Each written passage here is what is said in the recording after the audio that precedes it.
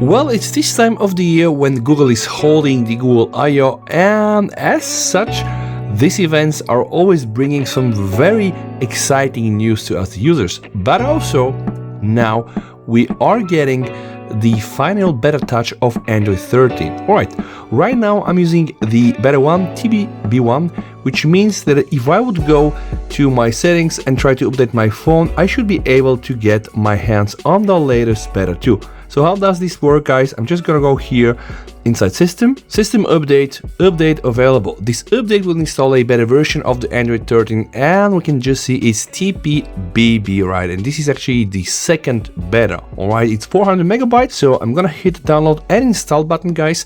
And after this, I'm gonna give you a full tour of the Android 13 Beta 2. Now it's important to understand what exactly this means and what follows next. So we had, of course, first the Android 13 developer preview 1, 2 and 3.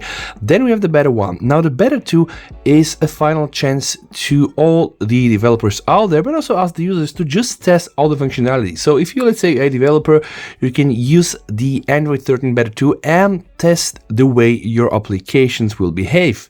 Animation, gestures, everything, functionality as well. And then after the beta 2, Android 13 program will reach the so-called platform stability, which pretty much means then, yep, we are very, very close to see the final release. Even right now, the moment I'm doing this video, guys, the Android 13 Beta 2 is available for a lot of devices out there, for Xiaomi devices, for Oppo devices, for Nokia devices, so you can pretty much get your hands on this. Now, sadly, Samsung is not yet on the list, but we hope that we're gonna get an One UI 5 Android 13 beta very, very soon. So bear with me while I'm downloading and installing the Android 13 Beta 2, and after this, I'm gonna give you guys a full tour so that I can just show you how it behaves, the animations, the lock screen, the home screen, navigation, everything, and also I'm gonna show you some of the few things, right, but new things in the Beta 2 that were not available in Beta 1. Don't expect miracles, right? A lot of new things are here already, like DP1, DP2, DP3 functionality, and also bear in mind that what Google showed on the I/O will not be available like from day one in these betas. Alright, now let's fast forward the video, and while I'm doing that, you can subscribe to the channel if you like content like this. Well, here we are, guys, and now I'm officially running the latest Android 13 Beta 2. You can just check it here. This is the version Tiramisu, and then we have TPBB2. These two means that we are running the latest Beta 2.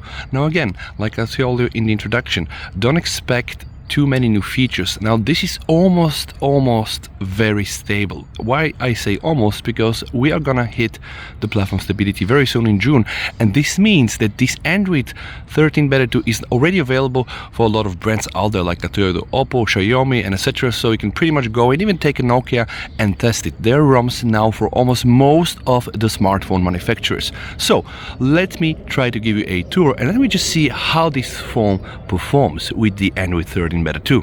Let's start our tour from the lock screen. One tap will activate the lock screen from where you're able to access all of your notification, as well the quick settings like the flashlight. See, it's all working.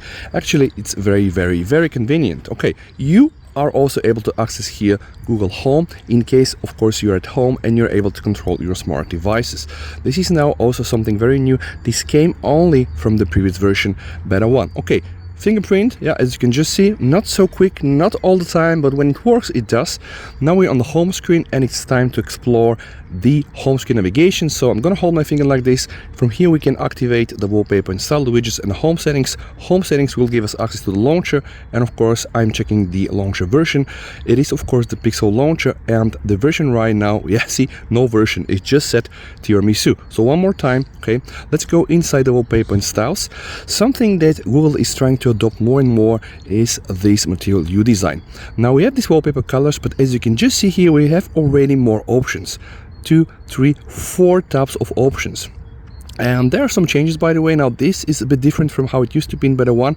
You have more colors. When I click to basic colors, you can just see you pretty much now are able to select bright colors. Every color is potentially there, and it works really very fast. You can just see every time I just toggle it. And again, I'm saying this in all my videos, this might look as a gimmick, but I'm really very fond of this feature because I do like customization options just coming from a stock ROM. Then you have of course the dark theme that you can enable on and off. You have of course the thin icons, which don't really work all the time, right? They do work right now most with the stock icons, and when you have some applications like I do, not all of them of course are gonna get themed, all right? But this is really how it works. Now this is the browsing, so let's see, going through the screens, no issue at all. Going to the left will give me access to my Google Now, and you can see guys, Pixel 6, probably the most battery phone I ever used, or I used, let's say, in the last 2 years. Yeah, because you know I'm stuck with Samsung phones and they have their problems here and there with luck. I'm now inside my Spotify. It's time to explore the media controls. By the way, the media controls on Android 13 Beta 2 look very stunning. Remember the media controls I showed you from the Beta 1? There are these changes, these, yeah, a lot of people are calling it in different names, but it's actually quite interesting to see this wobbly part. People are giving a lot of names to this, and it really looks like yeah, many things as you can imagine, but it's very funny. And the whole media control has been redesigned. Why? Because right now guys, you can just see with the white bar is the song time that you already played, and as you can just see, the one in the right, which is not so bright, right, is the one that is still left, which is actually something new.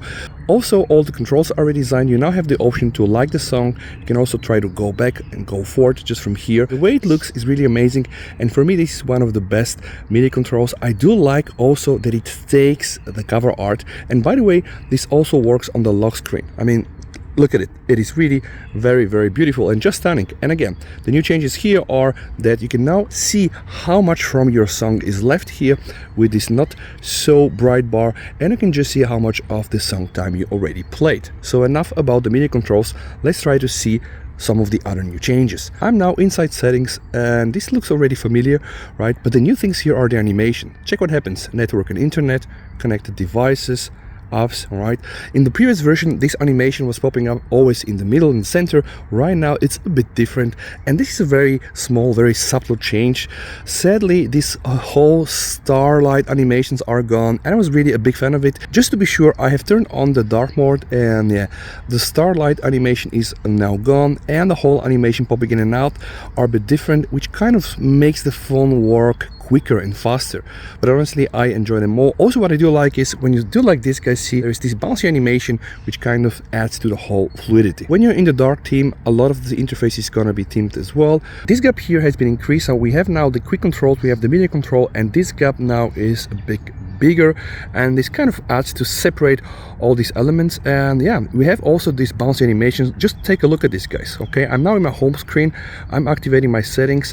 Everything's really very flashy, very bouncy, but also there is a new change here. The animations are a bit slowed down compared to the Beta 1, and I just think this is made to achieve the sense of fluidity. It all works quite nice, by the way. I do have a feeling this is already like a final product, and we know it's not, right? So we know we still have to hit the platform stability, right? But it's pretty much probably more than 80% of what we're gonna get in the final version. Let's try to check some of the animations. I'm gonna open Telegram, all right, opening, closing. Let me try to open the Facebook, opening, closing, all right. Let me open safety, okay, Play Store. See, all the animations, I have a feeling that they're slowed down. Let's open the camera, by the way. All right, let me just try to shoot some pics. I'm now shooting in the open air, guys, for your viewing pleasure.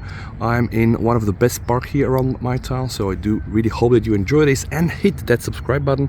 All right, so opening camera, closing, opening, closing. Okay, switching from portrait mode to camera. All of this works now very smooth out. Some more animations, see here, what everything really smooth and buttery. All the animations have been slowed down, and honestly, I am a big fan of the quicker animation. But again, I just think that they're doing this to achieve this sense of fluidity, because this Android 13 will not only run on the Pixel 6, the Pixel 5s, but also on the Pixel 4 4a. So maybe this is one of the reasons to slow it down, to really make it uniform for most of the Pixel devices. Okay, let's see if there are any changes to the volume rocker, right? Pop-ups like this, and yeah.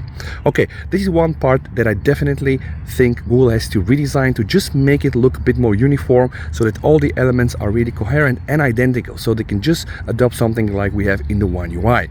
One of the new features is unifying this search box here, and you're now able to search your phone and also the web. Now I'm not sure why this doesn't really work for me. I've seen in other reviews that they can now search the web, and the best part actually, guys, they are able to pin all the search results directly on the home screen. So let's say you are looking for something like GTA 6, then it will appear here, and then from here you're gonna be able to kind of like tap it and put it on the home screen.